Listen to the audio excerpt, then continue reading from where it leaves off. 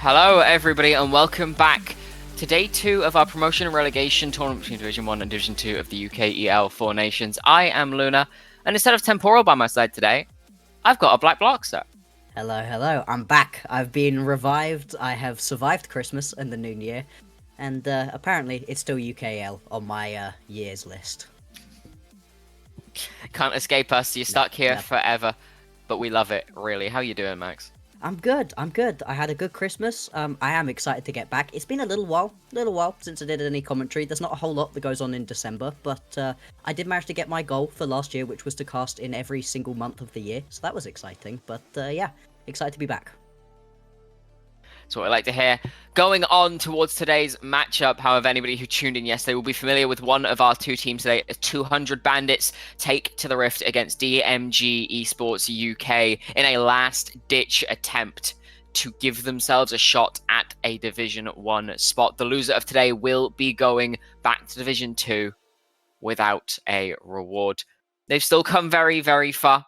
Of course, this is our first and second seed Division 2 up against the bottom 2 seeds from Division 1, which I think was 7 and 8 from the split just gone. Don't quote me. Yes. The bottom 2. Of course, we are doing the GSL format where yesterday we had 2 series running in which we had Broad and Friends take a 2-0 win against 200 Bandits and Rise Gaming take a 2-1 against DMG. But this is the last chance for these two teams. Tomorrow, we have one team promoting. Today, we have one going back or staying in Division 2. Now, I don't know if you caught the games yesterday, Max. I did. But I might have a look. We can start with DMG because this is the one that's most fresh in our mind. It's the series we saw. Talk me through DMG's journey yesterday. It was a little bit of a roller coaster overall. The start looked pretty dang good. You know, they had a really good game, managed to pick up the win, played a bit of an odd composition with the Mundo in the jungle. It's kind of difficult to get a real read on the meta and talk too much about it at the moment because things will be changing very soon. You know, there's only so much you can really get into the weeds of understanding how these teams are going to play in their upcoming splits through this tournament because everything's going to change. But I'll be honest, I haven't seen the Mundo in the jungle in quite a while, so that was a really good game for them. Game 2, though, Game 3, it just all went wrong. From what I was seeing, they were pretty slow. They didn't really get out of the starting blocks, which is interesting. Usually a team has a good Game 1, is able to keep that momentum going. They just weren't. Perhaps it was instead their opponents who needed to really wake themselves up, who needed to, get things going, oil themselves back up. But, yeah, it was a little bit of a slow end and ended up losing, like you said, 1-2. Not ideal and not too exciting in the drafts for the second 2 games. The Mundo Jungle was really the highlight of what I ended up seeing. Everything else was a lot more standard. Things like the Jinx and the Aphelios that were just sort of sitting there. Rhynek not really looking for a lot of resources, but wasn't really able to translate that into big games. And the games, yeah, just didn't go for their way. Absolutely. Of course, we did see things like the Hecarim make an appearance again, which we know rigged to be very good at. And for 200 Bandits, we can't speak too much on how the games went, but it would be heartbreak going down that 2-0 to Broad and Friends ex-Cabbage family, it feels like, as they make yet another appearance in the UKEL. But focusing in on today's matchup, let's just take a quick look at the rosters. So for the side of 200 Bandits, we have Lars returning, ex-Verzik top laner, Fiora OTP. Is Lars Fiora open? You're losing the game. Alongside, and I'm going to butcher this name, so I do apologize, Lunkafoa, Galul, Jaffa, and Kenny. Galul, another big name that has been around for a long time. If anyone remembers the season of the UKEL, the last summer season of the UKEL in 2021, Galul was participating in that split as well and has been around for quite a while. And on the side of DMG, we've got Nefarious coming back in instead of Cormac, alongside Rigged, Tortaken, Rhynek, and Gibble. Rhynek. Yeah, indeed. I mean, we have got that change for DMG in the top lane, which is interesting, because the top lane was a very aggressive champion pool yesterday. There was some Camille, what was it? There was some Darius, Ambessa, those kind of champions. Very in your face, very aggressive. The Camille, a little bit more of a split push based champion. The other two really do like to get a bit more stuck in, play through the early game, get involved. Is that going to be the same thing? Are we going to get to see that same level of aggression up in the top lane? Because as we were discussing previously, Rhynek isn't exactly a big I need everybody in my lane looking after me kind of player, is happy to sit back, has got a lot of those champions in the meta at the moment that you can do that on. Same sort of thing for Tortaken, isn't particularly interested in going too aggressive. We really got to see that in the game with the Galio. I mean, that's all about your teammates, of course. So with the top lane, is it still going to be that very aggressive look, or are we going to see a bit of a shift now that we've got a different top laner? It's definitely worth considering. I believe the two players play very similarly, but of course, can't say it for certain without seeing them. Now, knowing what we do of these players, of the players that we have experience both watching, casting, that kind of thing, I have to ask, what are you expecting out of these two teams as draft is just around the corner? A Fiora ban, first and foremost. I feel like surely that has to be one of the first things you do. If not, maybe it's not as good as anymore. Maybe Lars has fallen off, isn't playing the same level of Fiora as previously, but I gotta be honest, that whole split will forever be probably one of my absolute favourite moments of esports throughout the whole thing. The first few games it was understandable. By the end, when people were still letting it through, that was infuriating, but so much fun to watch. Beyond that, though, I feel like you kind of got to focus in on the jungle right here, especially if you're trying to target DMG. I think that trying to stop this jungle play from going ahead is a real key to being able to pick up this win right here for 200 Bandits, because so much goes through what Rig decides to do. The Mundo is a great example of that, because it is a little bit of an interesting pick, but still, it has a lot of priority once you get later on into the game and is super tanky, but a bit of an interesting path early on. The Hecarim, way more about those early ganks. It's very dependent on what you want to do. There was also the Wukong was the other one that was played, so these are very gank heavy, aggressive kinds of junglers. So I think if 200 Bandits want to win this one, they really do need to focus in onto the jungle and see if they can at least slow Rig down and not allow him to really set his lanes up for success. Absolutely. And that being said, I talked about this a little bit yesterday, but we B1 picks. English is hard. B1 picks. Really? Ashe we saw yesterday, and that was kind of the most standard one we expect. Or Ashe we didn't see, sorry. It was banned every game.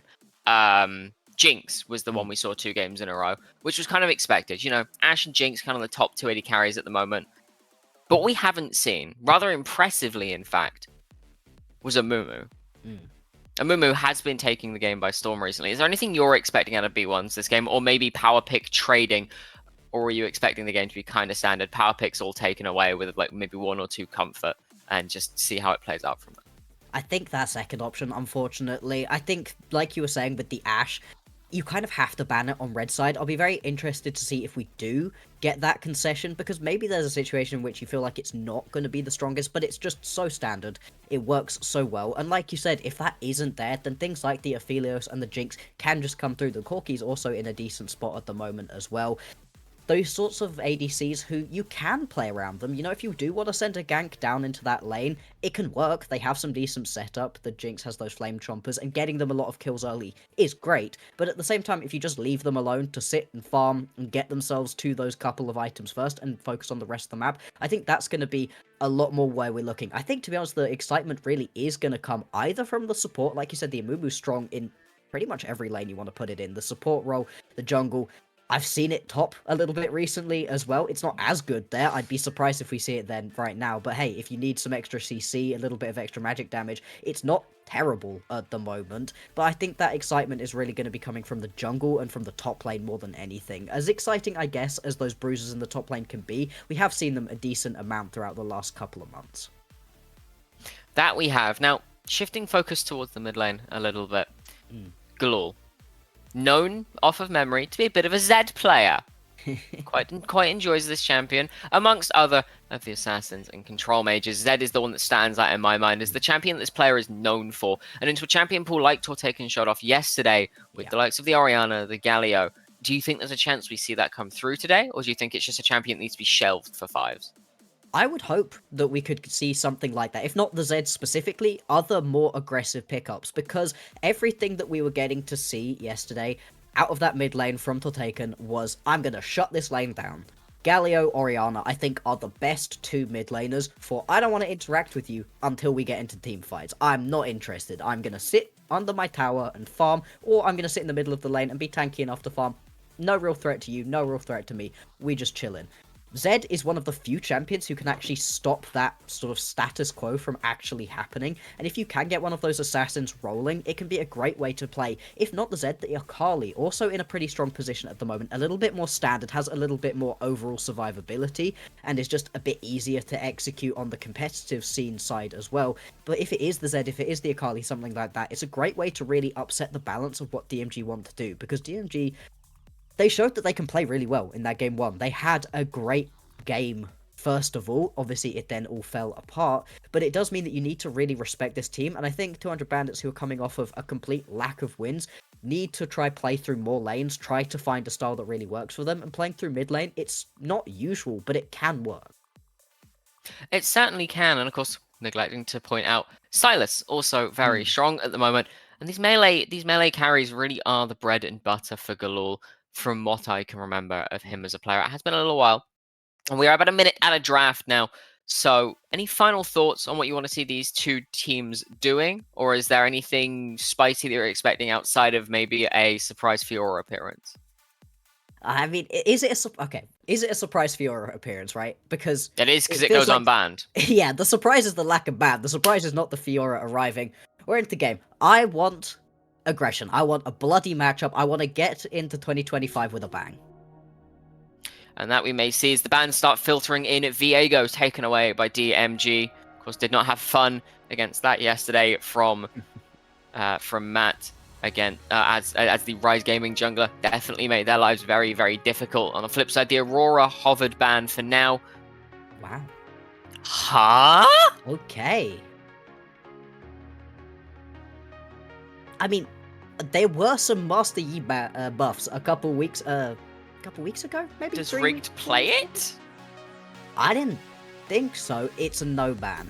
Right. That would make significantly more sense, because yeah, it had some buffs. It's miserable in low tier solo queue, but this is not what you're expecting to see here. That makes a lot more sense. 200 Bandits have just not banned anything at all. Viego taken away, like you said. Twisted Fate as well. The TF, I haven't seen it too much. I haven't seen it be particularly strong at the moment, but maybe you know something that I don't, DMG. It's quite possible. TF, tis a solid takeaway. Not the best in the meta at the present, but of course Galul likes to be able to impact that map. Of course, we mentioned these melee assassins and bruisers earlier, but Galio, TF. Yi is a legit ban. Okay. Yi is a legitimate ban, and that is a legitimate no ban on the second one. This makes, well, I'm going to say more sense as in we know that this is the correct information now, but that is a legit Yi ban. So Rigged maybe has been popping off on it in solo queue. I have not seen it, but yeah, obviously we could say the one time I came up against Rigged, he was playing Hecarim, so... Yeah. But yeah, I'd be very surprised if the Yi is something he's playing massively, especially in competitive. You'd really need to focus around it. I said you want to try play through the jungle as DMG, but at the same time, that is a very high level of play through the jungle. That is all your eggs in one very fast, very annoying basket. Final ban is going to be that Karthus, and the insta-lock of the Corki top lane right here. It's strong. We do know that Rhynek likes to play it, and we've got that new Victor being hovered right here. He's got a new skin on, I guess. Ashe made it through! Yeah. Not B1'd, not banned. He's going to be taken right here. I mean, I think you're very, very happy to be picking this one up right here as 200 Bandits. I think between the Victor and the Ashe, those team fights are miserable to play against. The amount of control around an area that you have, being slowed by both the Chaos Storm and the Ashe, truly a miserable experience to try to play around. But potentially, if you're so big and tanky with a spell shield on like the Mundo is, don't care. And as we were speaking about, the Silas comes through, not on the side we were expecting it to, though. No, this is likely going towards Taken in that mid lane. Of course, very good with the Victor ultimate, very good with the Ashe ultimate, and that's only 2. You now have to think about the other ultimates you're locking in for the rest of the game. But of course, Victor, we saw it yesterday. It didn't seem super impressive in game number 1. Drame tried their best to make it work, but it didn't work out exactly as they would have liked. Is that Rengar lock-in on the side of 200 Bandits, and the chefs are in the kitchen, and the cooking has commenced. I like it, and I like it alongside something like the Ashe. I think once you get into the later stages of the game, I worry a bit for this Ashe right now, because Victor can control space and be pretty annoying, but there are decent champions on DMG side to try to jump on top of this Ashe. But I specifically like earlier on, if you can land one of those enchanted crystal arrows and get that gank off on the Rengar, that's a super strong pairing. And also, Rengar can struggle a little bit on ganks, but with an Ashe, once you're slowed up, it's so very tricky to try to get away, can also help you out in a decent way for that. Still, it's very aggressive and very different to what the Mundo is. Early on, you can kill the Mundo. Later on, the Mundo won't even need to consider that the Rengar is there. So that is going to put a little bit of a timer on 200 Bandits and shift their focus towards the early game. There's your ban. Yeah, I mean... Finally came through. Yeah. Thresh, Ornn, and Fiora all taken off the board. We'll wait to see what the second ban is coming in from DMG Esports in the second rotation. Likely to be a support to try and take off some of that pressure on the bottom side. Of course, both supports yet to pick. This Rengar, definitely flexible, as is the Silas Mundo on the other side. The Victor potentially could go top lane, maybe. Unlikely, but it's an option. Looks like we're going to lock in Kenny's support here. Give Lars a nice little bit of a counter pick. The Taric hover for now, but we have learned our lesson. We don't really talk about hovers. So what kind of support do you want to see to round out this composition, Max? I think you need something pretty big, tanky, and aggressive. I'm not sure how much I love the Taric. I think it helps with the win more nature of this 200 Bandits composition. If it's going well, it's great. Yeah, I'm not so sure into what you're giving over. There's the Silas, there's the falling behind on the Taric, and then you're pretty useless once you're behind. But early on in the laning phase, Ashe Taric is a miserable thing to try to play against. I think that's reflected in the fact that a Bard has been locked in right here. Gibble doesn't want to be in that lane. Absolutely not. Gibble wants to go as far away as possible from whatever is going to be going on in that bot lane, because it is so tricky to try playing against it. Corki can use those rockets to get far enough away to not worry too much, but if you try to step up to that wave, especially with a melee support, you will just die. The slows, the stuns, they're all there, and it will be that Maokai locked in. Now, Maokai's had a bit of an up and down year, some points in which he was incredibly strong, some points in which he was basically giving your team, enemy team, a win. Right now, he's in a pretty decent spot, a bit middle ground right now. It's a very tanky composition overall for DMG. Much better in the top lane than he is in the jungle at present. So we are like to see this Mundo go into the jungle and the Maokai go top lane, although it is not entirely off the cards to see the reverse as the Gwen is locked in. We saw this yesterday, piloted by Matt, in an attempt to counter the Mundo. Problem was there was just too many fires and only one bit of tank damage. You got a similar issue in this game for 200 Bandits. This Gwen looking to try and cut through a Maokai, looking to try and cut through a Mundo. Even the Silas is going to have a good chunk of health. We'll have to see if 200 Bandits can pull this off. But talk us through what these compositions want to do, Max, and which one you prioritize in terms of who's likely to come out with a win in this game. So I feel like the Taric, it sort of throws me off in this composition just a little bit, because you are really seriously lacking any form of tank. Taric can get tanky later on, but if you build him full tank, then his heals and shields do basically nothing. He is very reliant on you actually getting yourself a Moonstone, an Ardent, something like that to really help you out in terms of getting that heal and shielding through. Otherwise, you can be tanky, can be a bit of a front line, but you don't help out your team in a way that the Taric really wants to. And I said it before, win more feels like a very apt description of what 200 Bandits have got going on overall. The Rengar needs to get things going early on. Taric is awesome when you're ahead and you decide to go leap at the enemy team because you know a fight's going to happen in 2.5 seconds time. Wonderful. When you're behind and you're reacting to the other team who can kill you quickly, and you're waiting 2.5 seconds for that ulti to come down, it feels bad. It's not as good champion when you're behind. DMG though, they are super tanky overall. They don't have a ton of damage really, depending on how ahead Tortaken gets. You're going to do plenty of damage with Grynek overall, but a Silas that falls behind isn't as strong either, will have a little bit of a tricky time trying to get on top of this Ashe, but I don't feel like you can really look to play the early game out as DMG. I think you're super reliant on getting into that mid to late game, at least even, but even if you do fall behind a bit and those items begin to come through, Mundo, very, very tricky to kill. Same thing can be said about that Maokai. Two champions that are very tanky, you've got a Bard backing you up. The composition overall works, and I think the Sylas, for where it was picked, got better and better as we went along. The Needlework isn't the best ulti, but it's pretty good. Taric ulti, amazing. I think you could do a lot of work with both the Ashe and the Rengars. And I mean, dropping a massive amount of damage on your opponents that gets bigger and bigger just helps in general when you've got yourself an opponent like the Victor. So I think the Sylas started paying himself back even more as the draft went on. You know, I'm suddenly realizing more and more why this Taric is just going to struggle in this game, because sure, if you can get the Cosmic Radiance to land, great. There's a Tempered Fate on the other side. Yeah. Uh, And then the Taric ulti that you've stolen. and then the Taric ult that's been stolen. Yeah. So, struggles. One of my favorite clips to refer to when I see a Taric in game is back in 2017 Worlds, I think. And it was the... What, 7 years ago? 8 years ago?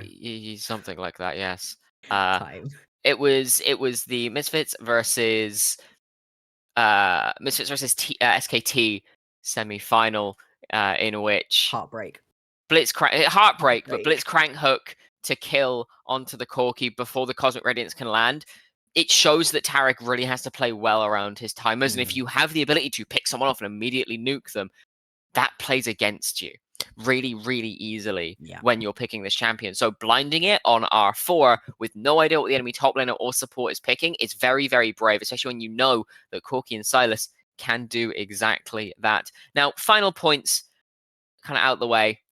I'm going to ask you a prediction, Max. Who's winning game number 1? See, nameplates off, I'm preferring this DMG composition. I think it works a lot better overall, and I think there's so much risk for 200 Bandits, but this team has a lot of players who are really good. If this Gwen can pop off, if this Rengar can pop off, then I'm very excited for seeing this composition in its true form. It's a very tentative 200 Bandits, but it's entirely reliant on the first 5 minutes. I'll know if I'm wrong very quickly. I, on the other hand, have full faith in the DMG composition. I like what they've got going. I think it's very easy to execute if they are playing well. We saw yesterday that this kind of composition is something they are not shy from. Now, we are going to go to a quick break. When we come back, we will be in game for game number 1 of this series. You're not going to want to miss it.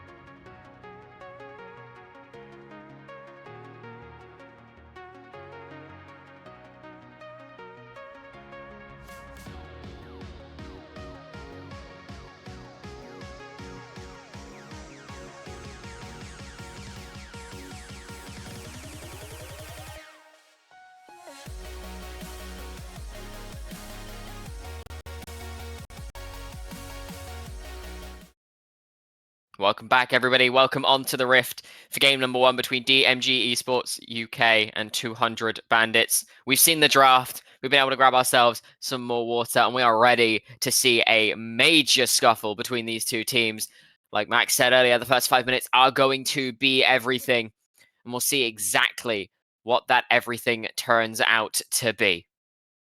There's a lot of win more in this game. I feel like right at the very end of that discussion we had about draft, when you just quickly mentioned the Bard and the Tempered Fate, I also feel like Bard is a win more champion, right?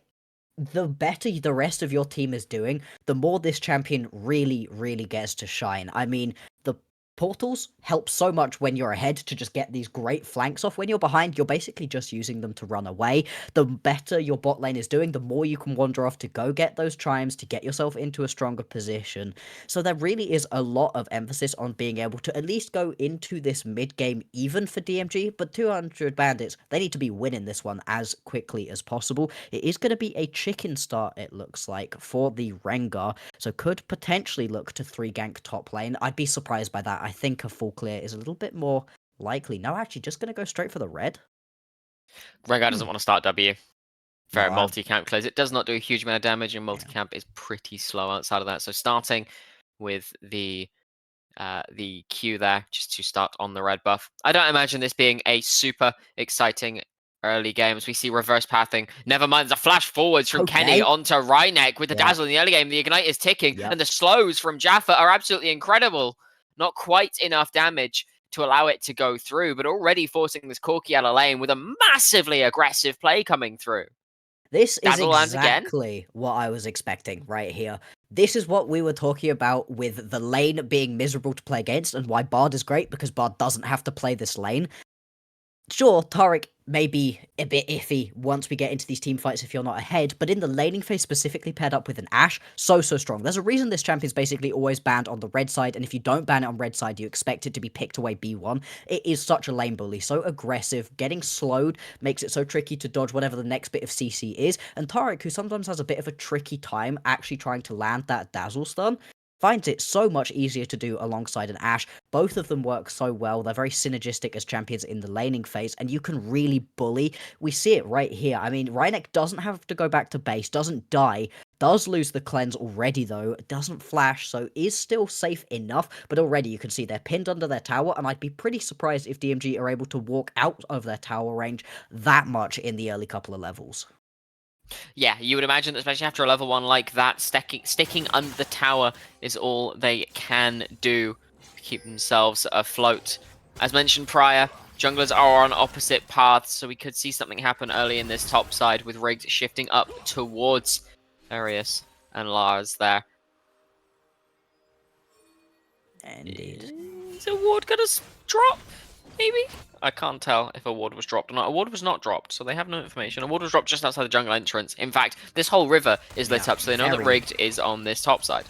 Very, very lit up right here, making sure that they know what Rigged is doing. They're going to spot him out, taking this Scuttle Crab. It makes it very easy right here to pick up the opposite side Scuttle Crab. But the ganks of a Mundo are interesting. If you start getting hit by those cleavers, it can be pretty oppressive, you know? The slow on those is very, very high, but especially in a lane like a Gwen, it's very tricky to actually get on top of her for long enough to really stop that Gwen from doing anything. Gwen as immune is a great ability against something like a Mundo. Oh boy, that's the flash just gone from Gibble. It is. But it was a good stun in return.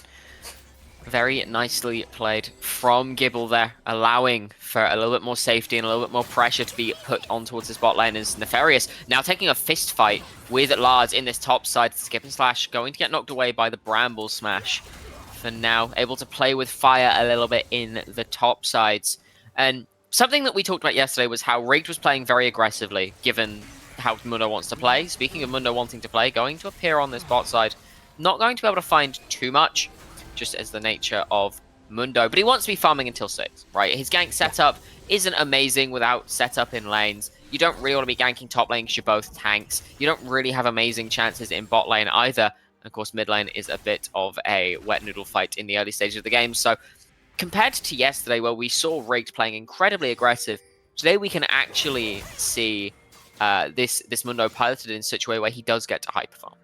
Yeah, this is more of the standard way of playing this one out, and you can see reflected in the CS, in the gold at the moment. Everything is very even right now. The only real interesting one to note is that we have got a lot of gold currently sat into the mid lane on the Victor, hasn't gone back to base yet, is just going to go and do that now. Everybody else very even for the minute, and it has been pretty quiet overall, despite the fact that bot lane has shown flashes of potential levels of aggression. Both of these supports are going to head into the mid lane, really just to show face, see if they can get something done. I'd be surprised if it actually results in kills though, although Gibble... Going to walk face first into Kenny. Meanwhile, Tortaken in the mid lane going hand to hand with Galul. Is going to force the Chaos Storm out, but nothing's going to come of it for now. No summoners blown. Only the ultimate dropped from Galul, but it does allow for the pressure to be kept up. Rigged, starting up these grubs. As we can see, everybody's starting to shift. TP back in towards the top side from Lars. And around the mid lane, Gibble is kept out. Rigged, caught in the river on his own. Not really in too much danger. Does take the slow from the bowler off of the jungler. As Tortaken has arrived and stolen the Cosmic Radiance away. Level 4 on the Taric. It's not able to get out. Tortaken survives and the first blood has already gone across. It's a double kill for Gibble. Tortaken goes down to Lars. Galul has been jumped on by Rigged and Nefarious though. Gibble trying everything he can to keep his team alive, but it's so much true damage going. The Needle does so much work. Nefarious able to take down Galul, but Lars in a 1v3, and he quite likes those odds as Rigged falls. Nefarious is next on the list. They're still looking to play the fight as the Grub's doing some work. The stun comes in from Gibble. Grubs are the MVP done, here. but it just doesn't matter. Grubs are doing so much damage to Lars, and there's not enough healing in the early stage of the game. Mystical Journey able to get Gibble to safety. Nefarious dodging away from the snip. Will he be able to catch up before the rest of the team arrive? No. Kenny and Lunkafoa have arrived. Bramble Smash off of the Dazzle stops Lars from chasing again. And this fight has gone on so long. Everybody has returned. Health bars full. Tortaken jumping forwards on towards Kenny. So much damage. The stun goes down. It's going to be donated across to the Silas as the Dazzle comes in. Should survive. Gravity Field Flash. Chain Lash will secure it. And Rengar's come back in as well, looking onto Gibble. Is stunned against the wall by the Cosmic Binding, but it might not matter. It's going to run into his own jungle, trying to do what he can with the bushes to get to safety. But suddenly, we've gone from no kills on the Rift to 8, 5 kills for the side of DMG, to the 3 to 200 Bandits, and what went from a quiet game has just turned into a massacre in the top river. Oh my lord, like you said, such a long fight that people were respawning. Multiple deaths in one team fight for a couple people, and the action just does not stop. Tortaken now taking a ton of damage right here. Is going to be able to survive, but not a lot of health remaining. That ulti comes up quite often, just getting dropped on his head right here from the Victor. And what an insane set of plays that was. The winners out of that play right here is Gibble with 2 kills and 3 assists. Not the ideal. And Lars, who gets 2 kills, doesn't die. That is huge. That is incredibly huge. As Gibble now caught between Kenny and Jaffa. Rhynek, not a huge amount of mana to step forwards here. Mystical Journey will take him to safety, however. I wasn't expecting such a bloody fight in the early stage of the game. It was after the 5-minute mark, but is your prediction holding true, Max, or are you a little... Is your conviction wavering a touch? If more of those kills had gone to anybody but Gibble, I'd be more worried. But right now, with 2 of those big kills going over to the support, it's not the end of the world. You know, it wasn't too much worry here. And the fact that 2 kills go over to Lars, I'm not so worried. I'm not going to say I'm not worried right now. You know, they are falling behind a little bit in terms of kills, a little bit in terms of gold, but things are still very, very even. We're still very much in the early game. I think there are still chances right here to really get this Rengar to pay dividends right now. We're not out of the woods for 200 Bandits, that's for sure, but they haven't fallen too far behind. No, they are still keeping themselves in as best they can. And honestly, I quite fancy their odds at present. It's not bad right now. I mean, we got to see the aggression that the Gwen can have. We got to see what a Rengar can do. Speaking of, look in bot lane. Arrow lands onto Rhynek. Cosmic Radiance is not there. The Tempest Fate is good, but it's not enough. So the Barbarian Prince the Tempest Fate needed to not hit both. The second that it hit both of them, unfortunately, it just gave extra time. I think you need it to hit the Corki though. You don't want it to hit the Rengar, but you need it to hit the Corki because he's not going to come out of the stun in time. Otherwise, no cleanse available. You can see the dragon now in the eyes of 200 bandits, but with everybody else moving back into the river, they may not be able to contest it. It looks like it might just be given across for now, though. Hard to say. We're seeing a contest come back down again now. They're gonna go for it. They are indeed. Jaffa is moving up. Tortaken not able to get pressure in this midway as the Chaos Storm is dropped. And it's so much damage coming down. Rigged has to walk away, but the Dragon has been reset. This objective, it's not going to go down just yet. See Gibble and Tortaken looking to reset. There is a TP coming up on this Silas as the Barbarian Prince looks to start up the Dragon. Again, Rigged now off towards the top side, seeing what he can steal away. Nothing. Unfortunately, that's just going to be a nice take. I respect stopping, walking back, getting this on the second attempt for 200 bandits. There's no reason to give up a ton of kills, a big fight around the objective right now when you don't need to. And I'm absolutely loving the play right here out of Galul. Just drop the ulti every single time. Every single time that you see Tortaken step up to you, just drop the ulti because it chunks him for enough health. Even if there's no real threat that you're going to get that kill, you're chunking him for more than enough health that it stops him from being able to play aggressive against you, because eventually Victor can whittle down these melee champions quite effectively. See, once again, Gibble's in the area, isn't really threatening for a gank right here, more just stepping in, leaving a little bit of extra healing around, but that next Chaos Storm is going to be up relatively soon, and you can just keep doing this again and again and again for Galul. It's working very, very well. A lot of pings coming down towards the top, says Nefarious may be in a little bit of trouble. Not going to use Nature's advantage yet. Tempest Fate comes down onto the Barbarian Prince, forcing the teleport out of Galul. Stun goes down onto Gibble as Rigged starts to walk in. Cosmic Radiance has come down, but it's only going to land onto the two of them. Rigged buying up so much time. Nefarious doing so much work, but Lars is able to rip and shred everybody as the needles tear Rigged to pieces. And now it's a 2 versus 4 on the backside of the fight. Taken stunned up by the Dazzle, and will fall to the Barbarian Prince. Reinek and Jaffa have both arrived, and while Gibble may have to pay his life to allow his AD carry to safety, what looked to be a solid start, the fight ended up 2 split, and the 200 bandits converged, and they plundered their prize. And that's what we were talking about with this composition working early on. Rengar does a ton of damage at the moment. Once you've got yourself that Hydra completed, and also, oh boy, Nash's Tooth on a Gwen. Yeah, she's just going to shred you. We really got to see that great play from Lars. I'm enjoying right now just taking turret plates in the face of Nefarious. 3 kills over 200 bandits. And it's going to put them up by about 2,000 gold as well. More plates going to go down in the mid lane. Taken is trying for a kill though. Stun not going to come through from Gibble, but of course Galul, not the fastest of champions at present, but is able to just walk away. Okay. Gravity Field stunning up till Taken, really paying dividends there.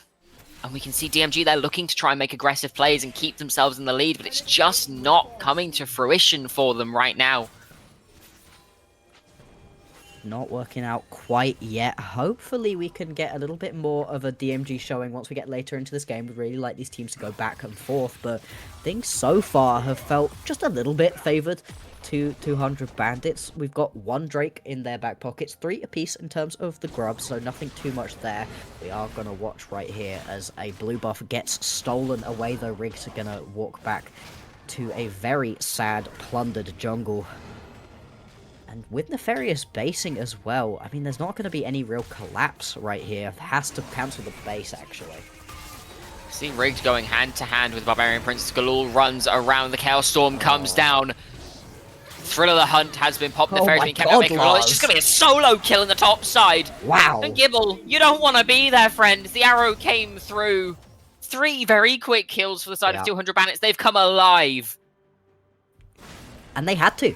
They had to with this composition. We were really highlighting it during that draft phase. How this composition, falling behind, would be miserable to try to play. But they had the tools to make it work early on. And by God, have they. I think this is one of the best things about the Rengar. Sure, his team fighting is bad. But when you are in these early to mid game stages, you can get into the enemy jungle so easily. You can steal away these camps. And when people try to collapse and come and try to join you, it doesn't work out for them because the rest of the team from 200 Bandits worked so well together to all get to the play, go and help out their jungler. They secure the blue buff and 3 kills, and the fact that one of those was a solo kill underneath the tower from Lars, feels like Lars is back. This is what we were really hoping to see in that previous matchup. Unfortunately, Brod and friends are just crazy.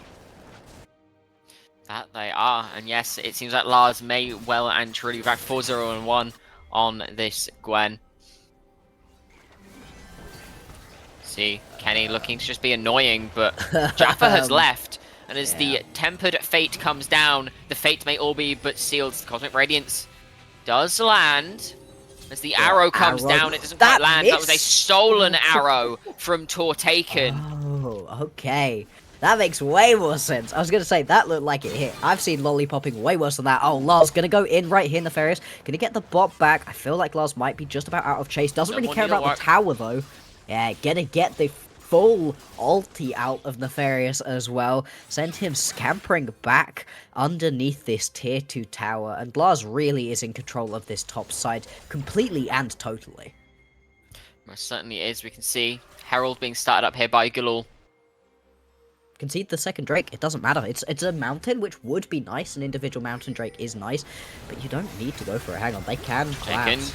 Getting jumped by Barbarian Prince, and it's going to be a trade of kills, but Gibble picks it up once again. The Chaos Storm ripping Rigged to pieces, being ran down by the Herald of the Arcane, heralding his team through this fight to great effect as Lars just solos off this Rift Herald.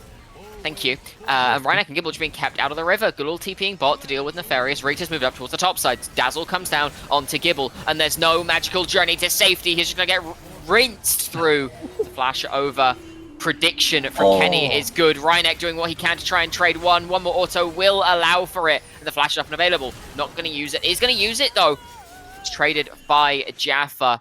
2 for 1. Kill onto the support, but it does get your Corki back on the board. The Herald taken by Rigged. Rigged walked in and stole it. Yeah, just nicked it.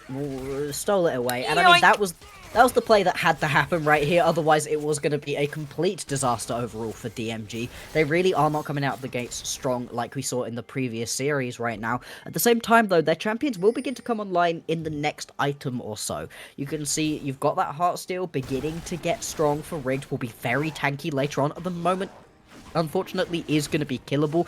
Top Spirit Visage being the Nefarious build. You can tell just how scared he is right now of Lars, but that's not going to be too strong into the Ashe, into the Rengar. Helps against the Victor, of course. It's not going to be a bad item to have picked up overall, but you are going to need another item, something that can do some actual armor for you. Otherwise, you're going to be in a bad spot. This should just be a kill. That it should be. Dazzle does come down, and with that, the Bone Tooth Necklace should be complete. So we see engage on the mid lane to try and punish Jaffa, taking the stun after the Tempered Fate. Rhynek just going to be able to auto this one down. One more will do it. It's a shutdown going across to the Corki. As the Bone Tooth Necklace is completed, Barbarian Prince is about as strong as he's going to get on kit alone. 2 full items, including a Lord Dominic's regards. But we can see DMG, they want to fight. Rhynek's jumped on by this Rengar, jumping backwards, still now in the bush, will go down. Barbarian Prince does too much damage. Cosmic Radiance is 1 second from right down, it goes to land, and there's no way to get back to this Rengar. Ray trying everything he can, but the Cleaver's not going to be able to land. This Rengar can walk out scot-free, and Galul is able to push Gibble away. It is a quick trade-up for the AD carry life. It is, and that is surprising that he manages to get away. 2.5 seconds never feels longer than in those situations where you're just waiting for the Cosmic Radiance to come down, but it does save out right there onto Lankafor's life. He's going to be able to survive, walk away. The gold lead continues to grow. It's right now at about 6,000. That's pretty big for the 20 minutes into the game that we are. Now the Baron take, pretty fast as well for 200 Bandits. I don't think they can steal it. Lars getting into a 2v1. How has the help of his ADC, and Lars just doesn't care. The damage this Gwen does is disgusting. Yeah, certainly is. Forces Wraith's Flash and Gibble to go on the retreat as well. Not even 2 items yet. Yeah. 1 item and a chunk of change, and Lars is shredding whatever is in front of him. I mean, got 200 CS in the bank as well. Has just been playing this one out incredibly well. 10 CS a minute whilst also having 401. That's a nice game. You can see the gold gap is horrific. That's a 4,000 gold gap in the top lane. The only reason it doesn't look as bad... Oh, hang on. Oh! Okay, that's unfortunate. The only reason the top lane gap doesn't look as bad is because the items are cheaper for Nefarious. You know, you're buying expensive items and you've got more of them right now for Lars in the top lane. I mean, Lars is basically on his third item at this point. That Void Staff is not far from being complete. Yeah. I mean, it's Lars. You can ban the Fiora. It's sitting on components. Is the important thing to point out. Is Lars was sat on components. It looked a lot closer than it was, but in reality, it's just not. As he's gonna start looking to run down to taking needlework tags all 3 times, but there's no ghost. So this Silas just going to be able to walk away. Does have to blow the flash though, so that you don't have that as a way to find a way to the backline. And of course, we talked about there being a lot of good Silas ults to take, but the one thing you can't take is a form of engage because there simply isn't one. No, I mean, who do you send to go in, right? Who do you send to go and be that initial engage person for you right now? Nefarious. Yeah, a stolen Ash arrow? Maybe. You know, Tempered Fate? Potentially, although you've got to be very accurate with that one, and you've got to have enough people stood on top of each other that's worth popping. It's a tricky set of situations right here. That's very aggressive right now, though. This could potentially be a team fight.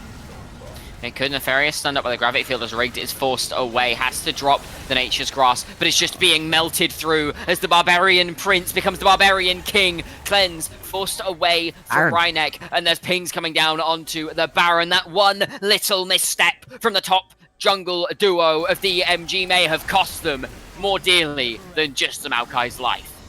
Indeed, it looks like they wanted to get aggressive. Still, this Baron is taking a decent while to go down. Your jungler is on the way back, though. Should just be a secure right here for 200 Bandits, bar something crazy happening. And that is huge, because this team has already taken a decent amount of towers. There's no outer towers left in the top lane. There's some inners left. Hang on, Lars. Yeah, Gwen is immune. Gwen is fine. Lars is going to be able to step away. They do lose this mid lane tier 1 tower. There's a big bounty as well, so that is a good injection of gold. I like that response right here out of DMG. They had to do something. Now they're going to head on over towards this Drake. 8 seconds until that one is going to spawn, and 200 Bandits, they've been back to base. They spent their Baron gold, and they are out on the map looking to pick this Drake up. There you could see that DMG was able to get river control initially, but they were about to be beaten with wallets. They didn't have health. Yeah. They did not have gold. They are 7,000 gold down at this point, as this is soul point secured for 200 Bandits, and this Rengar is nothing but a terror. 3 full items, an Infinity Edge in inventory now. You thought that Ashe was the AD carry, but in fact it was the kitty cat with claws in the jungle. Absolutely, and I mean, when we saw this Rengar, it needed to get going, and it really has. 10, 4, and 2, an incredibly impressive performance. Hang on. Gonna be able to flash away to safety. The stun not gonna do enough. No. Just Rigged able to pick that one up in the back line. You can see Barbarian Prince looking to try and kill onto Rhynek, and he's able to do it! Will go down to give Rigged a double kill, but Gibble is now being run down, stunned up by the Dazzle. Tempered Fate lands. Gravity Field not doing a huge amount. Rigged now walking in. A good flash away from Gibble is solid, and the stolen Cosmic Radiance will allow Tortaken to go forwards with a fervor unseen in past days.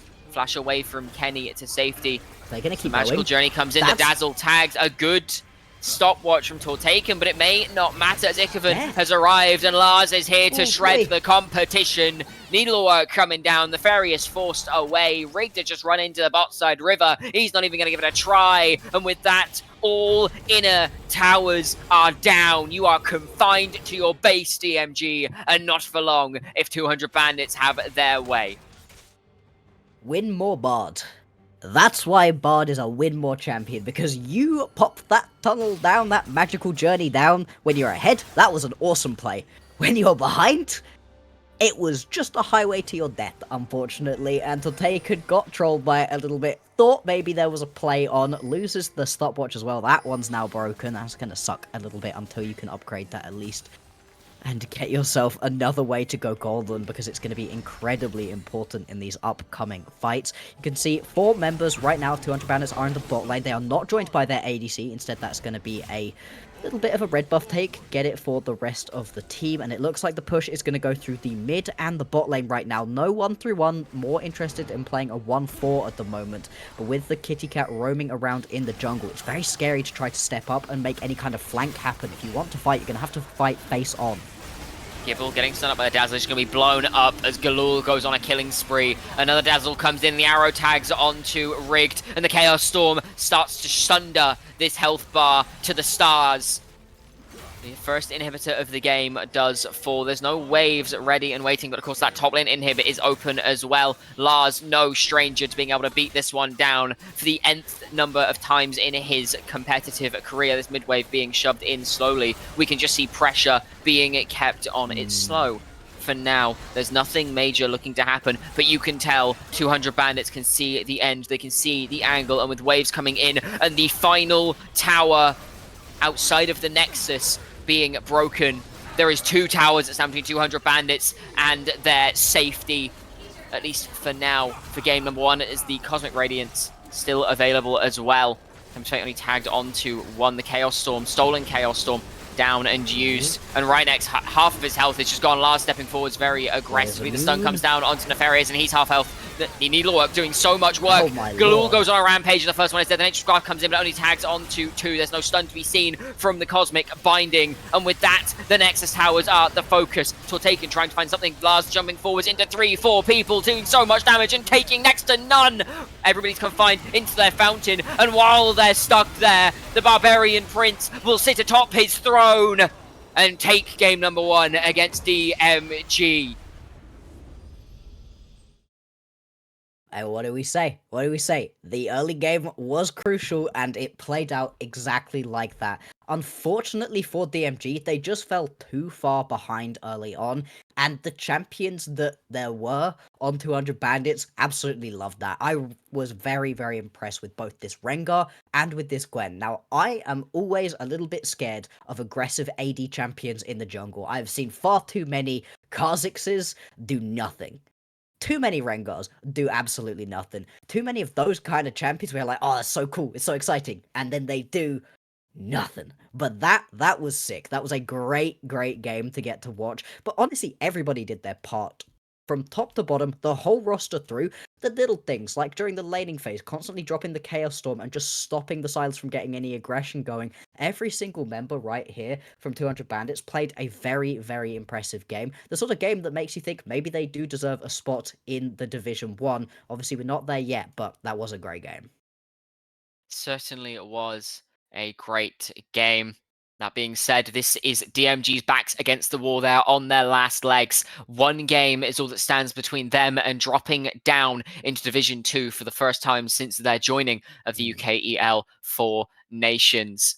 We're going to go to a quick break. When we come back, we will have all the details for Game 2 ready and waiting for you, so don't go anywhere. You're not going to want to miss this.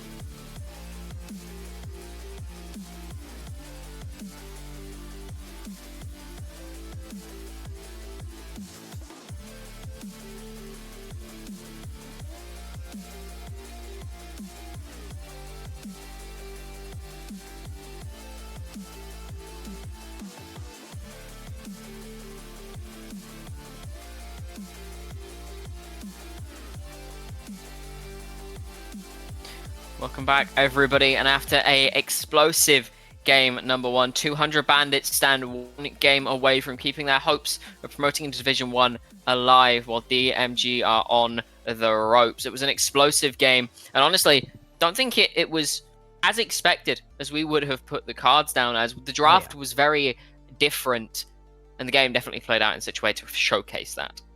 It really was. I was not expecting the Rengar personally. Maybe that just means I'm a fake 200 Bandits fan, but I had not seen the Rengar played, I think, at all in the last year, probably. It's a very rare pickup overall.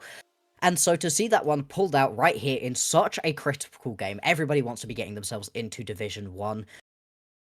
Crazy. Very, very aggressive, and it worked so well. There were a few questions in my mind watching that game, though, because there was so much aggression. Obviously, the kind of team comp you want to play early aggression with. Obviously, the opposition's composition doesn't get online until later on, so it makes sense to be playing super aggressive. But there are a couple of those team fights, right, where Lugfora is in the backline. I'm talking early, before they got a lot of a lead. In the backline, leaping between bushes, pretty much on suicide missions trying to pick up kills. There are a couple of team fights where Lars gets a couple of great kills, but is right on the very edge of dying, and I have questions as to whether this is just great read on the map and knowing the limits of your champion, or if this is a overly aggressive top jungle duo out of 200 Bandits. But it worked. Obviously, we'll need to see more games out of this team to really be able to determine which of those two it is. Certainly will, and we've got another one on the cards for us as well. Now, what do you think DMG has to do in order to pull themselves back into this series? Of course, we saw them win Game 1 yesterday, so we see how they play off of the momentum. How do we think they're going to play clawing back in? I'd like to see something a bit more aggressive. Obviously, we had those questions about whether the top lane was going to be super different right here between Cormac and Nefarious, and so far the answer seems to be yes. That is not an aggressive pickup with that Maokai. Obviously, you are getting counterpicked by Lars. Terrifying. Don't know how much anybody would really want to do that. They are swapping over to the other side now, so it could be a counter pick right here for Nefarious, but I don't think that the Maokai really gave you what you needed in this game. When everything else is the sort of champion that's going to be sitting for a while, scaling isn't really about the early game, you need somewhere to be able to really play around, and that top lane is a great option at the moment. Obviously, we talked about it yesterday with things like the Camille, great to pick up early on, and Bessadaris. Any of those champions. Renekton works well and has that good late game team fighting too. Any of those kind of champions, I think I would have liked a little bit more, whereas what we got everywhere felt like they were happy to concede the lane. Maybe you could talk about how the mid lane could have been more aggressive, but unfortunately, the way it worked out, Galul played that matchup well. I need to see a lane to play through. I want it to be the top lane, but I'm happy for it to be any of the three. You know what we call these kind of situations, Max? You need to build bridges. Give yourself some way to get across the gap between early and mid game and for the rest of your team to come online. As you say, that really wasn't there for DMG in that last game. They had a lot of scaling across the board. And if that game goes to 45 minutes, the game is pretty much theirs. Problem is, you can't get there. Yeah. Very, very difficult. If the Rengar what do you think pops we off, see? What do you do? Exactly. How play? Because your timer keeps getting pushed back and back and back, the bigger the lead the enemy team has. So, that being said, DMG on red side, do you think we see any changes to bans? Do you think we see anything get let through that we think shouldn't be again? What do you think we're looking at in this coming draft? The Ashe had better not grace my screen. Because, well, okay. For 200 Bandits, you can't just let this go through multiple times in a row. You have to ban it out right here. These bans come through very fast all of a sudden. Okay.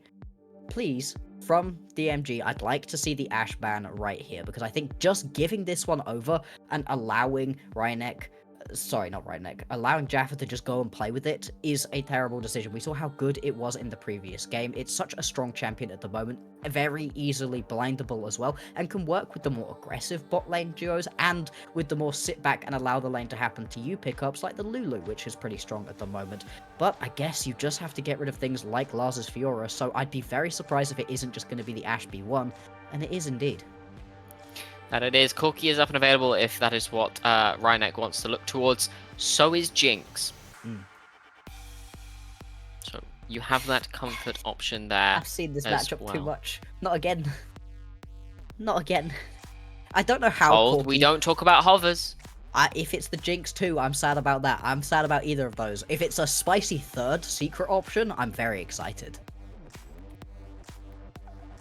We'll first have to see. Of course, Rhynek known to play the more standard of AD carries. It's going to be the Corki lock in.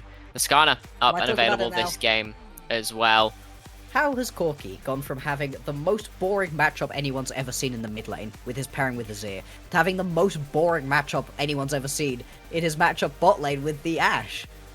I'm starting to think there might be a common thread through both of these boring matchups. Anyway, going from a champion that's very aggressive AD jump on people to being one of the most annoying champions to try to chase around, Lilia being hovered there, that would be a crazy change. I think I'd like something more aggressive like this, like the Viego. I really like this pairing alongside the Ashe. I think it works really well for getting that first kill onto the Viego and really setting up the rest of those team fights. I think you could pair it with a very standard, very safe champion into the mid lane. Something like the Orianna can work. Aurora actually going to come through right here. That's not standard nor safe. So Aurora has had some buffs to make her a lot more viable in the mid lane. As long as Galul is building effectively, we are looking in for a very interesting game. Of course, this Skarner, you now need to find that bridge champion that allows you to play, because it's not going to be this Corki. We'll see what the answer is. Likely going to be mid lane for Tortaken. Typically, we tend to see control mages taken into the Aurora because you just outrange and outspace her. It's going to be the Leona lock-in for Gibble, however, so happy to take the L on the support matchup. Just let things play out as is. Give themselves a chance to counterpick on 4 with that mid lane and go from there, as the Braum is the first thing taken away by DMG. We'll see what the response is from the 200 Bandits. Indeed. I like the ban of the Braum. I think it's one of those best pairings alongside the Ashe. It's very standard, obviously. It's the sort of pairing that you've seen a million times. It's miserable to try to get away from. Any combo of Freljordian champions often is. They come with a lot of CC overall. Will be an Olaf ban. Now, I wonder if that tells us a little bit about what it is Lars is potentially looking to blind pick right here. The sort of champion that the Olaf can get on top of, can make not work out so well. What do you think? Do you remember what Lars's other big champion was outside of Fiora?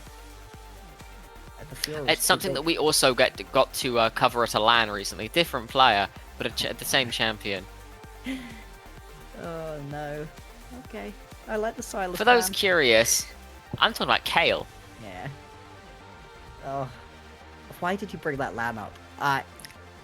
If we get a pause, we can tell that story. For right now, it will instead be Orianna. Very, very boring standard. I like it. Very good showing from Tortaken on this champion yesterday, though. It's great. I'm saying boring and standard, and those are both compliments right here. I think what you need in this matchup is the sort of mid laner who can sit back, but we are still looking for that bridge champion. We're hoping it's going to be top lane right now. What top lane pickup are you going to get as that counter? As we do see the Maokai just insta-locked right here. Now, that could be jungle, but it could also just be a Lars Maokai. Now, there's a Viego. I don't think that's going jungle. I mean, yeah. So is it just gonna be? Are we seeing Lars on tank duty? What have they done to my boy? They've killed him. My boy. Look at my boy. No, my boy. Oh man, that's devastating. I guess we got the fun game previously. It's just gonna have to be that Maokai top lane, I guess. Didn't really have anything specific that you wanted to play into a blind pickup. DMG, they get the counter right here. What amazing, awesome, new counter do you have to the Maokai? Please be a bridge. Ah! It's the Kazante. Well, DMG, know what they like and like what they know, I guess. Right here, it is, again, 3 tanks and 2 carries that deal damage, but not that much. We saw it in the previous game. The Corki, without getting a ton of kills early on, really doesn't do that much damage. Not in a way that is super terrifying. Orianna does a good amount of burst damage when you hit that big shockwave combo, but you need quite a lot of items for that to do as much damage as you really would want it to be able to do, and her DPS it's fine, but that's not huge. Honestly, the main carry I'm seeing right here is a Cassante that's popped off. Now, I feel like that might be part of the reason why we're ending up with a Lars Maokai, as much as we are very sad about this fact, because he's so good on these carries.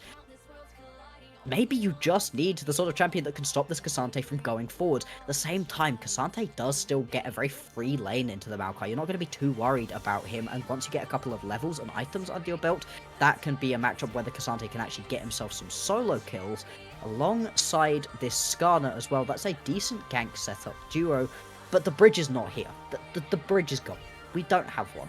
200 Bandits, full of bridges. They've got some great early game champions, some great late game champions. This works for them a lot better.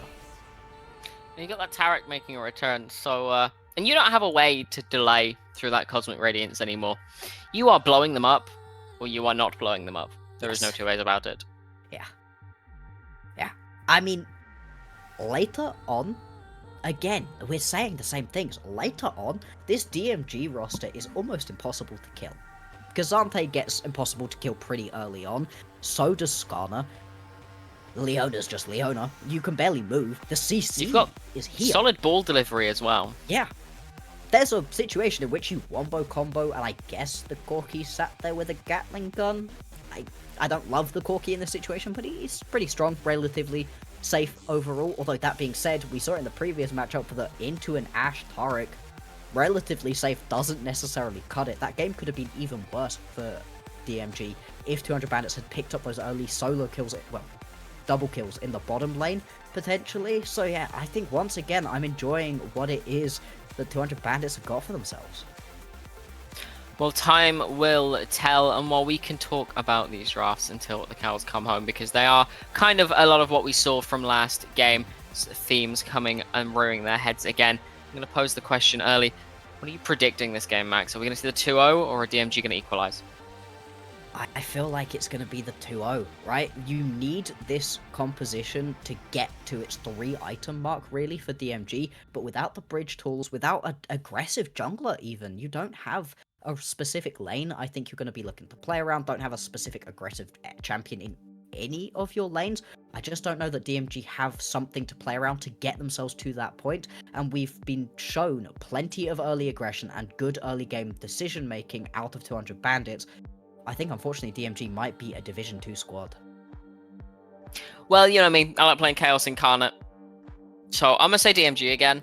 I have faith that they can pull it off this game. They will have learned from the mistakes from the last game and will be able to equalize up and take us to a game 3, because if we've learned anything about DMG over the last couple of splits, they don't go down without a fight. If anybody remembers back to when DMG first joined us in the Four Nations and the Tom Kench Elder Steel in a 45-minute banger, I would imagine something similar will probably happen this game. Only time will tell. We're going to throw it a very quick break. When we come back, we will be here on the Rift to bring you the game. Do not go anywhere.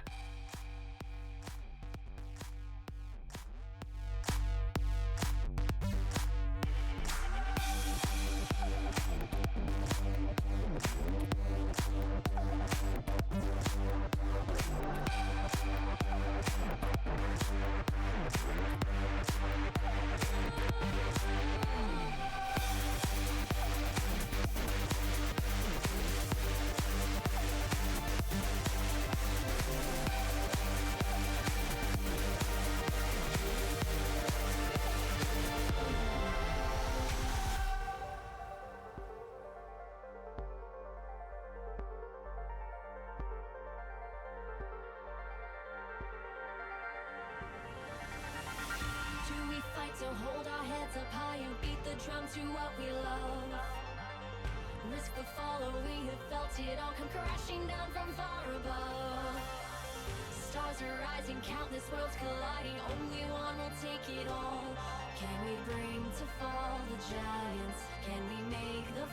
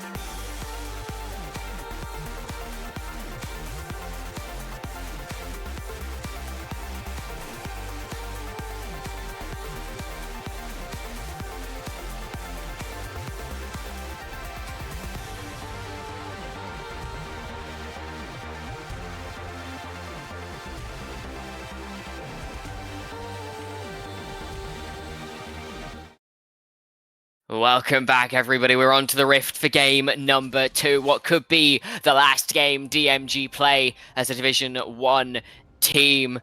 200 Bandits 1-0 up in this series. The draft is done. There's been no surprises for anybody. And we'll see if DMG can claw their way back from the brink in this game.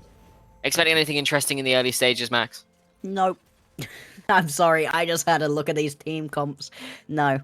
Maybe if you decide to go aggressive here, this would be an interesting play, potentially. But if this doesn't turn into an explosive set of plays with a ton of kills going on, there's potential for some more aggression in the bot lane, like we saw previously. But I really don't quite know where these junglers are going to be looking. Top lane would surprise me, mid lane would surprise me. I think bot lane is really the only potential interesting place that we're going to see. Gibble is also going to spot out this potential invade that was being looked at out of 200 Bandits. So these teams, they are looking to get aggressive early. I just don't know that they have the champions to really be able to pull through on that. Yeah, I think it's going to be difficult, but only time will tell. A nice defensive ward comes down there. It's Nefarious moving in towards this top side, on towards Lars. Just trying to get some vision down. Is at least gonna know that his lane opponent was there. I'll potentially get the full bit of view right there onto Barbarian Prince. And we are going to see relatively standard starts. Both of the junglers are going to be starting towards the top side of the map, probably both recognizing that the bot lane is going to be the most interesting place to be. We'll have to see if once again 200 Bandits bot lane are able to do what they did in the previous game. Very aggressive early on. They were able to get the cleanse out from Rhynek pretty much at the very start. Not surprising when this combo works so well together. We spoke about it in the previous game. Don't need to rehash all of those points. But you can see already there is a lot of respect being given. Perhaps even more respect than was given in the previous game from the DMG bot side. Certainly is after how that level 1 went in that last game. You do not want a repeat where you're blowing every summoner on your AD carry in the early stages of the game. We can see Nefarious just bullying Lars a little bit in this top side.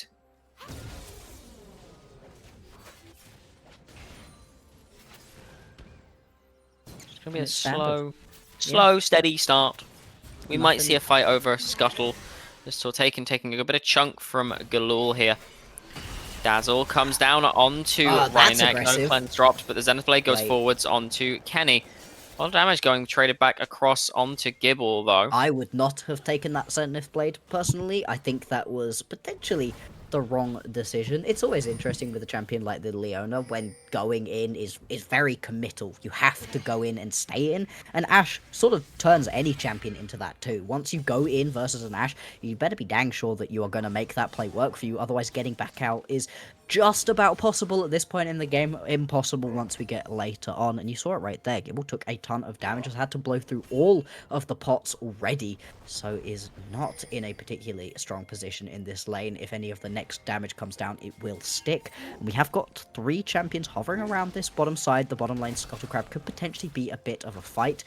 That Barbarian Prince just going to be able to pick that one up nice and easily.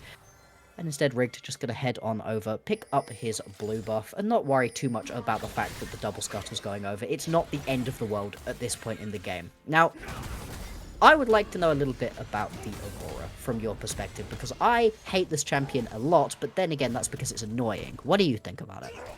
I think it's fine. I think it serves a purpose, and it serves a purpose very well. As Nefarious going aggressively onto Lars. You've got Lucanova appearing. Good dodge away from the stun, but does not matter as the twisted advance should spell the end for Nefarious. Flash forwards.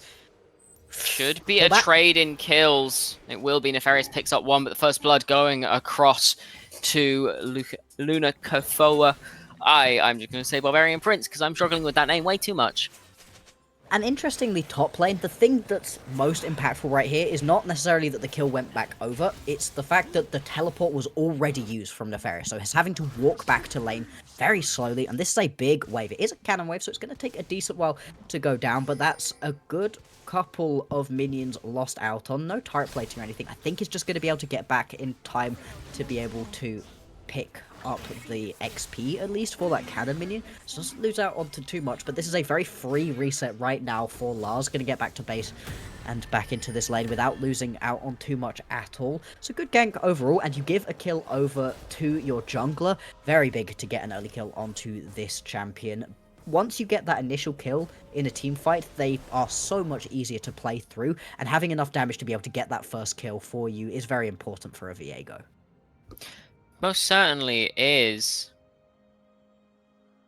Now we see everybody come back out onto the map off of these first or second resets, depending on who you are looking towards. Is now. Ooh. Just gonna see Kenny hover around this mid lane. Completely off vision. The ult comes in from Galul onto Taken. The dazzle does land, and that should be a dead Orianna. No flash available. Ignite comes down, and Kenny going to take that. Gibble able to land the Center Blade stun onto Kenny as Rig takes him under the tower. It's going to be traded back up. A kill on support for a kill on your Skarner, you will never complain about. But Lunka has arrived. Looking in towards this 2v2, there's a lot more damage on the side of 200 Bandits. It's going to be walked away from. However, it's just a trade of support for mid laner. Indeed it is, but it looks like it is going to be rigged. Heading on over towards this Drake pit, going to be able to pick up this Infernal Drake, and that's a very big one to be able to get an early one of. Obviously, you love it as a soul. It's one of the most interesting, at least, but individually, a little bit of extra damage. Nobody's going to be mad about that one. What if Jaffa might go in right here? Yeah. Dazzle lands, Gibble flashes forward with the stun. The cleanse comes out from Rhynek, flash forward from Rhynek. Should be able to take the 1-for-1. Never mind, the healing from the potions is just too much. And while Kenny takes a double kill, Jaffa is happy to walk away with a life. Hey, the small amount of heal and shield that you get at this point from a Taric made the difference right there. Don't credit it over the pots. There was a biscuit. Yeah, the biscuit healing was biscuit was also huge. Everything in that situation was necessary, living on a sliver of HP, but Jaffa does manage to make that play work. Unfortunately, all of the kills so far have been going over to the supports. Kenny in a very strong position at the moment, and to be fair, I don't hate it. I was saying in the previous game how I didn't love giving loads of kills over to a Bard, and I don't love the kills going to him. Hang on, Barbarian Prince should be able to just ult over the wall. You don't love losing that. Oh, gets tagged. Lovely, lovely on the shockwave. And we saw Taken absolutely run over the game on the Orianna yesterday, despite not having many kills. Beautiful, beautiful fight control. And we may see it again this game as Orianna so incredibly good in this player's hands. Lunka, a little bit too far forwards, found out by Gibble in the enemy jungle. There is no escaping that one, I'm afraid. And a Viego that falls behind is barely a champion at all, as we see Rhynek being aggressed on by 3 members, taking the auto fight with Jaffa, doing a lot of damage, but doesn't know that there's people in the wings just being kept at bay. Now as Gibble walks past 2 people, the arrow comes down onto Rhynek, but Jaffa not going to go forwards. There's the Between Worlds from the Aurora, a lot of damage going down. Not going to quite be able to have the damage clearly, but there was Galul flashing forwards, not able to find it onto Rhynek. The stun up under the tower is good. There's a lot of damage coming down from Gibble. One more hit will do it. It's a solo kill, thanks to the tower for Gibble onto Galul. And Taken's able to leave with no consequence. A plate will go across to Jaffa and Kenny, but that's disastrous for 200 Bandits. I love watching tower dives on the UKL. It's so rare that they go well, and that was another one that just did not. It was a lack of communication, I think, unfortunately. The bot lane for 200 Bandits were happy with the play as is, wanted to back up, but Galul wanted that kill. I can't exactly blame him. Rhynek had basically no HP whatsoever, but ends up going down. That's a solo kill, like you said, onto Gibble. That's a death that you just really did not want to take, especially not while Taken is just sat in the mid lane, picking up farm, getting a bit more in terms of XP, and just having an overall chiller time than the poor Aurora in the bot lane. Going to be very happy with that as DMG to survive, but still, we're getting to see so much pressure in the bot lane, and we really are getting to see exactly what it is that this bot lane duo wants to be able to do. Overall, though, both these teams still very, very even. Only about a 300 gold lead right now for 200 Bandits. Basically nothing at this point in the game. Yeah, it's still anybody's game. And it will continue to be for a while. We can see just shoving waves, going to get vision and moving back is the name of the game at present. Kenny potentially looking for something around this mid lane, but that ward should catch him out if he looks for anything. Gibble is in the area as well. It's Tortaken getting a lot of damage down onto Galul. See a bit of a fight in this top lane, but of course Wet noodle. the twisted advance really makes it hard. Oh. As we see a lot of damage coming down onto Tortaken. The stun comes in, the flash forwards. Gibble doesn't have a way in, and Rigged He's is catching fighting who? onto Lunka on the side.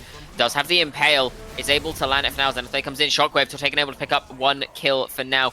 Rigged trying to get the Oh escape my flash lord. from Kenny, will allow for the dazzle to land, but Rigged's going to flash away as well, and Gibble is doing a good job at peeling for the rest of his team. They're going to continue to chase, and the health bars are low, but not low enough. Galul able to find Yes, the the between worlds, get a stun down onto Gibble from the dazzle, but that's a Leona. There's too much damage, even with percent health damage.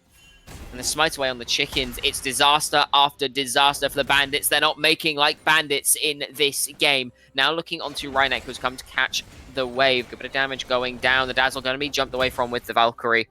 And that should spell the end of any play looking to happen there. And the heist that the Bandits were trying to pull off was flipped on their heads, and they were thrown behind bars. Unfortunate set of plays right there for the Bandits. Ooh. Once again, see Rhynek stepping up, deals a bit of damage over, but unfortunately Galul does a ton more. Gibble arrives in the mid lane too, and we are potentially going to see a little bit more fighting. We do have the Grubs to fight over. Rigged is now in the area. We can see Lars also going to join up. Rigged could potentially smite this one away, but the smite fight is picked up right here by Barbarian Prince, and they can now turn onto Rigged. That they can. There's no Impale. Solar Flare doesn't quite land. The TP in from Tortaken. You're now in the middle of 4 people, and one of them is Ascana, I'm afraid, Ariana. In a 1v4 will go down. It's a double kills. Nefarious tries to ult Barbarian Prince out, but the Unstoppable from the Heartbreaker will keep him safe. And one small misstep, one slight over-eager play, and 200 Bandits have closed a bit of the gap. Kenny looking on to Gibble as well. And this All of whole that. time, Yeah. Jaffa's happy just picking up bot side. Whole time Java has just been sat in the bot side, picking up plates, picking up gold, having a very nice time. Hasn't really extended that gold lead particularly, because Rhynek has been able to sit in the mid lane and pick up a ton of gold and XP himself. But Jaffa's been alone. Solo XP, decent amount of turret plates into the back pocket of this Ashe as well. Should be on a pretty good base once he does actually head back. Doesn't need to right now. Full health, full mana, not going to be in a bad spot whatsoever. And the outcome of all of those plays is a couple more kills going over to Barbarian Prince. Also going to see all 6 of the Grubs going over to 200 Bandits. Now their composition works pretty well against towers already, so that is going to make it even scarier once they're able to get on top of these objectives. Now though, we are going to see a bit of a fight potentially around this Ocean Drake. How much do DMG want to step up though? Arrow tags onto Gibbles, the stuns up to come down. Cosmic Radiance is going to land, but only onto 2 people. First kill of the fight goes across to Lunka. Gets the reset. It is the Leona. Rigged now being kept out, trying to keep his AD carry safe. Solo lane is not shifting down just that. The call is just going to be to give this dragon across. And you can see that 200 Bandits, while they were struggling in the earlier stages of the game, they just aren't afraid to pull the trigger. Absolutely not. They really do love to play aggressive, and I feel like, once again, we can't really answer the question of if they just know they can play aggressive, or if they're an overly aggressive team comp, because it's working for them once again. They do have the advantage in this early game, and you can really see it right now, especially in the way that the Barbarian Prince is playing. Super aggressive, stepping up a lot, very reliant on the fact that, hey, I know I've got myself a Cosmic Radiance coming through. Once I get that first kill, I've got a couple seconds of invulnerability, and then I get to move even faster and use other people's abilities. You know, just using this champion so well. The previous game on Rengar, now on this Viego, I think the league is always more interesting when we get to have teams in it who have junglers willing to pull out these aggressive AD picks. And so I'm very excited to see what 200 Bandits can do if they do win this game. Obviously, there's still a lot of League of Legends left to play in this series right here. But so far, throughout the first 14 minutes of the game, early game completed, and you're going to be happy with it as 200 Bandits. It wasn't as clean as in the previous round, but still a very good showing. It absolutely was. And if we actually look across, that's first tower going across. There are 6 Grubs and a dragon to just a single dragon. See a fight going on the top side as Lars is forced to flash away from the tower as the all-out comes in. Nefarious looking to run down this Maokai in that all-out form, does so much damage, trying to dodge away from any of the CC, but isn't actually going to be able to commit. Of course, K'Sante not known for having the best gap-closing abilities in the game when he's in that all-out form. Bot lane, about 1,000. Jungle, about 1,000. Top lane, Also, huge gap as well, which I'm surprised by. You know, these lanes have begun splitting quite a lot in terms of who's got the gold. Now we're going to see a lot of pressure going down onto the mid lane. 3 people hitting the tower. A lot of those little grubs going to be spawned. A lot of extra damage. Good stun right there in the bot lane. Well done, Kenny, to stop that potential play from Rigged. And once again, it looks like they're just going to collapse on someone around this Baron pit. Nefarious stepping too far forwards, walks into the face of 5 people, and the Herald will be the prize for 200 reset. bandits. DMG, they're getting sloppy, they're getting anxious. You can see it in the way they're playing. The arrow goes slightly wide on towards Rhynek. It's so difficult for them to find a way back in. This tower is not long for this world, as 6 might take their prize.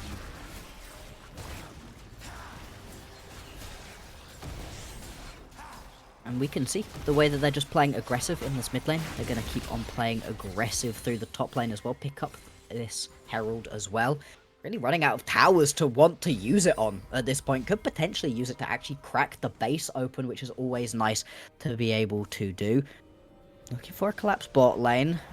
Nah, I didn't pick the right bush. Needed to know exactly which bush it was that Tortaken was in. Just going to be able to get away. Small mercies in this game. But we are 16 minutes in. We've still got 4 minutes until the Baron pops up. And 200 Bandits, they want to continue expanding their lead right here. If they can get themselves into an even stronger position, you know, finish these second items potentially in the next 4 minutes, then it's going to be very easy to try to get on top of this Baron and not really have to worry too much about what DMG want to do. You can impose your will upon the opposition quite a lot easier. I like Nefarious right there, allowing Barbarian Prince to get that reset off. Don't want to sit yourself in a 2v1 voluntarily. Mid lane, lot of pings going down onto Jaffa, not happening. Tortaken, top lane, bot lane, sorry, might just be dead. It's a good bit of movement. Tortaken dodged away from the dazzle, did take the between worlds to the face, was able to get something done. Meanwhile, Rigged, Impale going to go slightly wide onto Jaffa in that mid lane. So both the plays that people are trying to make in this small section of play going to go awry. You see Barbarian Prince just looking for something that he can do. Scuttle up and available now as Rigged's just going to be pushed away by the strength of this Viego. Minute or 2 until we've got a couple things to really play around. 40 seconds on the Drake specifically, and with 1 apiece, being able to pick up this next one will be huge. Looks like right now mid lane control is going to be established with force. 200 Bandits, they're going to summon the Rift Herald into this lane, drive it on into the tower. There are plenty of DMG members around, but they just don't care. The many grubs, the Herald. Grubs. Yeah, so many Void Mites off the back of those 6 grubbies kills. Stun comes down onto Rhynek over the wall. Do have every ult bar the Impale and every ult bar the Between Worlds as this tier 2 will fall.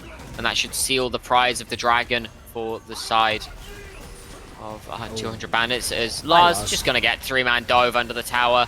Absolutely going to drop here. Nefarious going to pick up that shutdown. You're going to be happy enough right here as Lars, though, because your team still have total control. They pick up the mid lane tier 2 tower. They've got a good push going on in the bot lane. If this arrow lands, doesn't even matter if it doesn't potentially. Oh no. Tortaken able to get a good shockwave to allow Rhynek their first kill of the game. Very, very nicely done. There's Gibble now looking for the engage onto the other 2. The flash of the flare does land slow onto Galul, forces the flash out as well as Jaffa now just walking them down with the slows. Nefarious has arrived on a flank though, and Rigged is in the area as well. Jaffa having to try to run for the hills here, but the slows from Xante are just a little bit too much. Taken able to pick up Galul. Barbarian Prince able to finish off the Dragon. It does not matter. Jaffa gifted across to Rhynek, and it's another shutdown going across to this Corki. And it seems DMG got tired of waiting. They got tired of being beaten into the ground, battered and bloody. They stand and they fight back. And they pick themselves up a ton of kills, and like you said, the key point is a ton of shutdowns picked up. The only one they don't manage to get is this Barbarian Prince one. Might be looking to expand that one. Tortaken needs to be very careful. Just gets taken out, although now Barbarian Prince is surrounded by a lot of foes right here. Doesn't have any friends, unfortunately, and this is going to be that final big shutdown, unless... Wait, the blast cone. There's no chase. Oh no! He hit the blast cone in melee! But he got out with it! He got away with it! Somebody! That's worst clip I've ever seen one, friends. He got away with absolute murder there. That was criminal. Living up to the Bandits' name. Oh my god. Oh, that might be one of the funniest things I've ever seen. The fact it works through, I guess, Jedi mind tricks, right? Everybody just is like, the boss cone. Guess he lives. Boing, right in the air. Okay, fair enough. Barbarian Prince gonna live with that 300 gold shutdown, and DMG just doesn't feel like their day right now. Good couple of kills. Not only that, but he saves his flash and forced Rhynex. Stop it. I'll start laughing again. Oh boy. This 200 Bandit team is crazy. I absolutely love the way they play, even when it's not necessarily good. Oh boy. Anyway. Baron. Baron is up and available now. 200 Bandits would be able to take it very, very quickly if they get some concentrated time on it to just sit and hit. Right now, Lars is getting a ton of pressure top lane, and I think it's fascinating seeing the way that Lars is still playing a split push kind of role on the Maokai. Now, that's not a champion I really associate with it, but it's drawing pressure. You can see right now, good couple of champions are in the area around Lars, and it's opening up a lot of space around the Baron pit if 200 Bandits want to just pull the trigger, want to just go for this one. Right now, contented to just push through the lanes, keep expanding their gold lead a little bit, and getting that control around the Baron pit. But the fact that he's playing a split push style of game on the Maokai is crazy.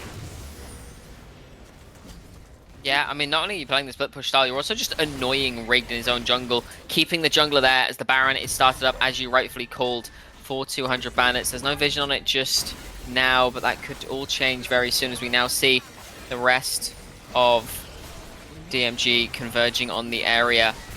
Rigged is nearly here, but it's going down so fast. The Between Just Worlds gone. will keep Gibble locked up. The Baron goes down. Oh! The Nature's Grasp tags onto Rhynex, forces the cleanse, and there's 4 people onto the back, onto Lars now. Gibble will fall in the front line. The arrow again tags on a Rhynex. He's taken 2 massive ultimates and will just fall. As Nefarious now tries to keep everyone else out. The shockwave is good to keep Taken and Rigged alive, but Nefarious will also be giving his life to the cause, and the cause is nothing but keeping DMG's hopes alive, and those hopes hang by a thread. Oh, there's so little thread left at this point for DMG. You've got a wave pushing through this mid lane right now. You've got a wave being pushed in this top lane, bot lane too. Lots of points of pressure right now, and Nefarious being down is big because this is one of the main champions you can actually try rely on at the moment. We had questions, we had worries about this composition out of DMG in the draft phase, and they seem to be borne out in front of us right now. DMG really are on the brink of being sent down to Division 2, something unthinkable a couple of years ago, but it just isn't working out for them at the moment. No, really struggling to find their footing and keep themselves afloat in this game, in this series. In general, they have not been able to find their way forwards. As you say, if you'd have seen them when if you're looking back to when they first joined the UKEL, we would never have imagined they would be dropping out of Division 1, but that is exactly what they stand to do off the back of this game. The pressure is high and the odds are mounted against them. 8,000, 9,000 gold in the lead, in fact, at this point, with nothing but your base. Again, you are confined to your base. Dragon coming up in 20 seconds. Rigged on this top side, looking for anything to keep himself afloat. No need to go back towards this Drake right now. It's going to be there for the taking at any point of which you want it. Good shockwave. 2 key champions take a lot of damage. Yeah, you don't have to get that close to the tower. I like the shockwave. I think it was the right use, but you are still struggling to kill this Baron-empowered cannon minion. Rigged looking for the massive flank. Gibble flashing in, looking onto something. Solar Flare goes down onto Jaffa, but the Cosmic Radiance is there. It'll tag onto 3. Galul is kept alive as well. Taken, jumped on by Barbarian Prince and Lars, but it does not matter. Able to flash away to safety for now, as Gibble is on the back line, able to stun up, but Jaffa has killed Rig on one side. Galul has killed Rhynex on another. Rigged will fall, and Gibble stands alone as Nefarious drops at the edge of the base. And with that, 200 Bandits have pulled off the heist of a lifetime. They'll keep their hopes of Division 1 alive, but Gibble can do nothing but watch as his team do not live up to that acronym. There is no damage to be had. There is nothing left in Division 1 for DMG Esports UK. And as they lose this game, they drop down into Division 2, and the hopes for 200 Bandits thrive. Oh, 200 Bandits. They've shown us 2 incredible games today. Their journey is not over. They're not promoted, they're not relegated. Their fate is still in their own hands. Unfortunately though, DMG, like you said, they are a Division 2 squad. Nothing wrong with that. Division 2 is an excellent division here in the UK. However, it's not where they will have wanted to be. It will be incredibly disappointing for these players, and my heart does go out to them.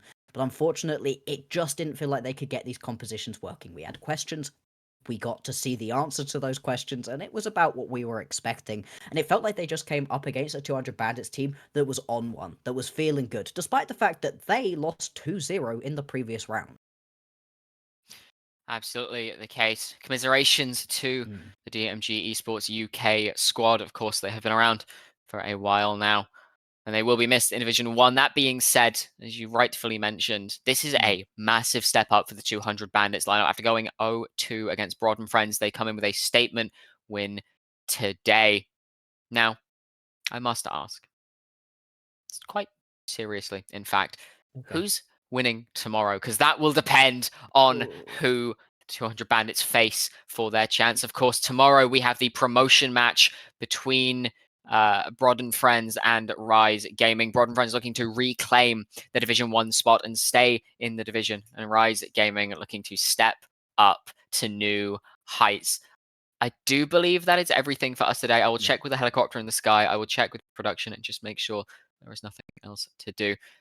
That being said, thank you all so much for watching. It's been an absolute pleasure. Once again, commiserations to DMG and congratulations to the 200 Bandits, who we will be seeing again on Sunday after tomorrow's match. Like I mentioned before, we will be back tomorrow, same time, same place, 6 p.m. UK time, right here on the UKEL channel for our promotion match between Rise Gaming and Broad and Friends to see who will be one of our Division 1 teams and who will face off against 200 Bandits. Thank you, Bloxer, for joining me. It's been an absolute pleasure, as always. I have been Luna. This has been the Four Nations Division 1-2 promotion relegations. It's been a pleasure, and we will see you all next time.